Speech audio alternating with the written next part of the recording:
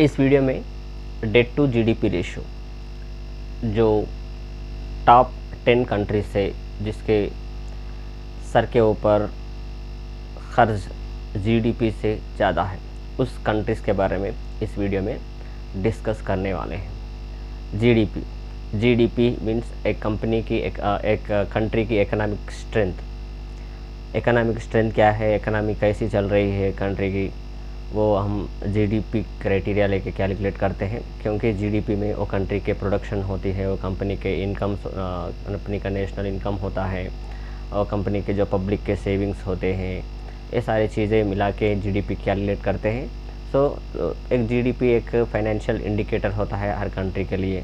GDP अगर year to year और year on year Y GDP अगर बढ़ेगा तो कंट्री की फाइनेंशियल पोजीशन ठीक ठाक है बोल के हम एक कंक्लूज़न पे आते हैं। लेकिन यहाँ पर इस वीडियो में जीडीपी के साथ ही साथ एक रेशियो भी ज़रूरी है कि कंट्री की फाइनेंशियल स्ट्रेंथ कैलकुलेट करने के लिए वो है। डेट टू जीडीपी रेशियो कहते हैं। डेट टू जीडीपी रेशियो एक ऐसी चीज़ है जो कंट्री की जो कर्ज चुकाने की क्षमता बताती है। तो मीन्स हर कंट्री कुछ कहीं ना कहीं कुछ डिफरेंट रीजंस की वजह से डेट्स कर्ज लेती है। अगर कर्ज लेना इम्पॉर्टेंट नहीं है, जो कर्ज फिर रीपे करने की एबिलिटी या क्षमता वो कंट्री के पास है या नहीं, वो कैलकुलेट करने के लिए हम debt to GDP ratio calculate करते हैं। डेट टू जीडीपी रेशियो एक फाइनेंशियल लिवरेज का इंडिकेटर माना जाता है फाइनेंशियल टर्मिनोलॉजी पे ऊपर। इट मीन्स अगर इन शॉर्ट में बताना है तो एक कंट्री कर्ज लिए हैं और कर्ज फिर अदा करने के लिए या चुकाने की कैपेसिटी वो कंट्री के पास है या नहीं, वो कैलकुलेट करने के लिए और वो असेस करने के लिए हम debt to GDP ratio calculate करते हैं। बहुत सारे कॉमन पीपल में एक डाउट रहता है कि कंट्री की डेट टू जीडीपी रेशियो कितनी होना चाहिए, means ideal debt to GDP ratio क्या हो सकता है। ऐसे एक क्लियर एक स्टैंडर्ड रेशियो तो नहीं है, लेकिन आइडियल रेशियो तो है। क्योंकि अगर वर्ल्ड बैंक एक रिसेंट रिपोर्ट रिलीज़ करी थी, उसके हिसाब से अगर एक कंट्री की डेट टू जीडीपी रेशियो 77% के ऊपर नहीं रहना चाहिए, ऐसा कुछ इंडिकेशन दिए थे वर्ल्ड बैंक। इसका मतलब क्या है, अगर कंट्री का डेट टू जीडीपी रेशियो 77% के ऊपर रहता है बहुत सालों तक, 1 और 2 टाइम्स के लिए 77% गए तो उसका कुछ प्रॉब्लम नहीं होगा। अगर लॉन्ग रन में 77% अगर डेट टू जीडीपी रेशियो रहेगा तो हर इंक्रीज़ के साथ जो इकोनॉमी की जो ग्रोथ रहती है वो 1.7% डिक्लाइन होते जाती रहती है। ऐसा कुछ इंटरप्रेट वर्ल्ड बैंक करी थी। अगर ये जो आइडियल रेशियो जो डेवलपिंग इकोनॉमीज़ के लिए और ग्रोइंग इकोनॉमीज़ के लिए चेंज है। अगर ग्रोइंग इकोनॉमीज़ का डेट टू जीडीपी रेशियो 77% के अगर ऊपर रहेगा तो हर एक इंक्रीज़ के साथ, 1% इंक्रीज़ के साथ उनका जो ग्रोथ रहता है और 2% डिक्लाइन होता, ऐसा कुछ इंटरप्रिटेशन वर्ल्ड बैंक दिए थे। अगर यूरो कन्वर्जेंस क्राइटेरिया अगर एक बार अपन ऑब्जर्व करें तो वो लोगों का आइडियल रेशियो कुछ अलग है। वो लोग कहते हैं कि वो लोग ऐसा मानते हैं कि अगर एक कंट्री का, एक देश का डेट टू जीडीपी रेशियो 60% का ऊपर नहीं रहना चाहिए। इसका मतलब है कंट्री का डेट टू जीडीपी रेशियो 60% का नीचे ही रहना चाहिए, तभी हम वो कंट्री जो लोन या कर्ज या डेट लेती है और रीपे करने में सक्षम रहती है। ऐसा कुछ यूरो कन्वर्जेंस क्राइटेरिया रहते हैं। ये पूरे मिला के ओवरऑली डेट टू जीडीपी रेशियो एक इंडिकेटर है जी एक कंट्री का फाइनेंशियल कैपेसिटी और फाइनेंशियल स्ट्रेंथ कैलकुलेट करने के लिए। आप देखेंगे और वो कौन से ऐसे देश है जिस सर के ऊपर हाईएस्ट डेट है, उसमें फर्स्ट प्लेस पे आते हैं जापान का डेट टू जीडीपी रेशियो अगर देखें तो 60% हो सकता है। ये वर्ल्ड में जो फर्स्ट प्लेस पे है जिसके ऊपर ज़्यादा खर्चा है।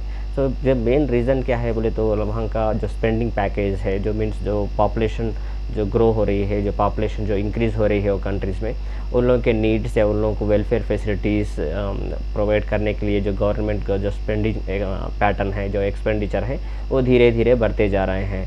और एक क्या है, जो वहाँ का labour shrinking labour force mean जो एम्प्लॉयमेंट रेट है या जो कंट्रीब्यूशन, जो यूथ का जो कंट्रीब्यूशन है जीडीपी में, वो धीरे धीरे कम होते जा रहे हैं। इसके वजह से वहाँ का डेट माउंटेन होते जा रहा है।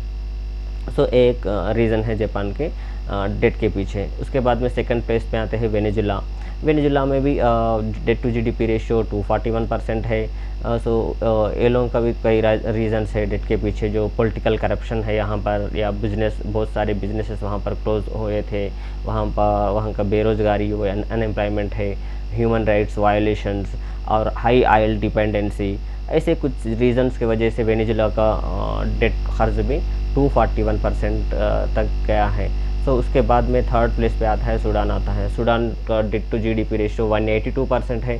सो इन लोगों के बाद भी, इन लोगों का मेन रीज़न डेट के पीछे पुअर इकोनॉमिक पॉलिसीज, जो वहाँ के इकोनॉमिक डिसीजंस होते हैं वो कुछ कमज़ोर है, और जो कॉन्फ्लिक्ट्स है वहाँ पर, जो वो कुछ सालों तक वहाँ पर जो इंस्टेबिलिटी है, जो कॉन्फ्लिक्ट्स है, वो कुछ सही नहीं है। इसके वजह से वहाँ पर उनका डेट इकोनॉमी स्लो डाउन हुआ, और उसके साथ ही साथ डेट भी जीडीपी से कंपेयर करें तो बहुत दुगना बड़ा है। और एक फोर्थ प्लेस पे आते हैं लिबानन। लिबानन का डेट टू जीडीपी रेशियो 172% है। ये लोगों का मेन रीज़न क्या है बोले तो due to interest rate payment, जो ये लोग खर्च लेते हैं उसके ऊपर जो पे करते से इंटरेस्ट है वो कई गुना ज़्यादा है। मीन्स उनके रेवेन्यू से कंपेयर करें तो उनका जो इंटरेस्ट पेमेंट्स का एक्सपेंडिचर का जो कंट्रीब्यूशन रेशियो है वो कुछ ज़्यादा है। इसके वजह से वहाँ का डेट बढ़ते जा रहा है। उसके फिफ्थ प्लेस पे ग्रीस आता है। ग्रीस का डेट टू जीडीपी रेशियो 171% है। ये मीन्स इसका फाइनेंशियल क्राइसिस जो मेन वजह है ग्रीस की डेट टू जीडीपी रेशियो के पीछे, जो 2008 में ऐसे जो फाइनेंशियल क्राइसिस है, वो फाइनेंशियल क्राइसिस के वजह से ये लोगों का डेट ईयर उसके बाद ईयर 2008 से बढ़ते जा रहा है। तो फिर क्या बोलते हैं, इकोनॉमिक रिस्ट्रक्चर करने के लिए और जो हुआ जो प्रॉब्लम्स ये है उसके वजह से उनका डेट बढ़ते जा रहा है। और जो मॉनेटरी पॉलिसीज है वहाँ पर एक फ्लेक्सिबिलिटी ज़्यादा दिखने लगी। मीन्स जो कंसिस्टेंसी है, कंसिस्टेंसी मिस थी या फ्लेक्सिबिलिटी मिस हुई थी, उसके वजह से वहाँ पर डेट माउंटेन होते जा रहा है। नेक्स्ट वन सिक्स्थ प्लेस पे आता है, वो है एरिट्रिया। एरिट्रिया का डेट टू जीडीपी रेशियो 164% है।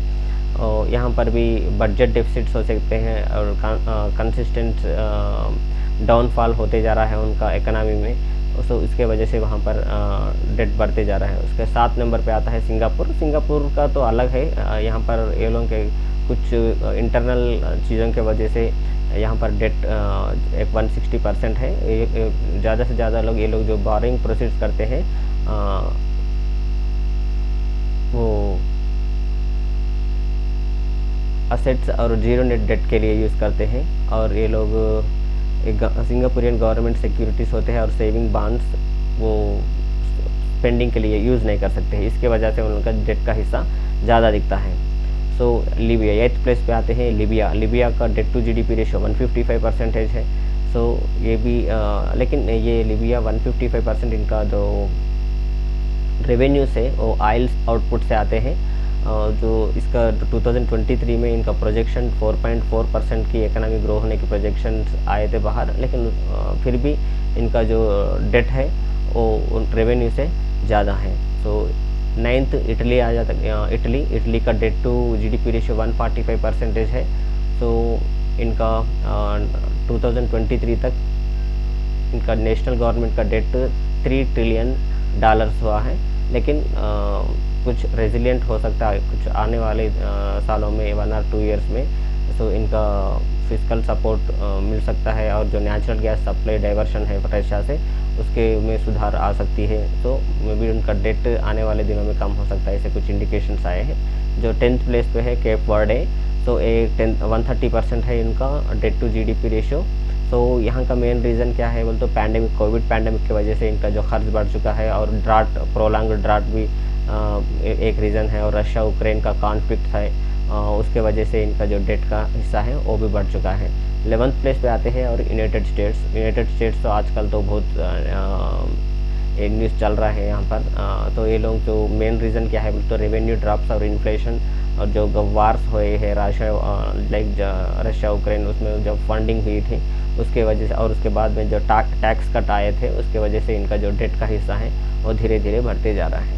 हो ये है टॉप कंट्रीज़ जिसके जीडीपी के ऊपर डेट का पोर्शन ज़्यादा है।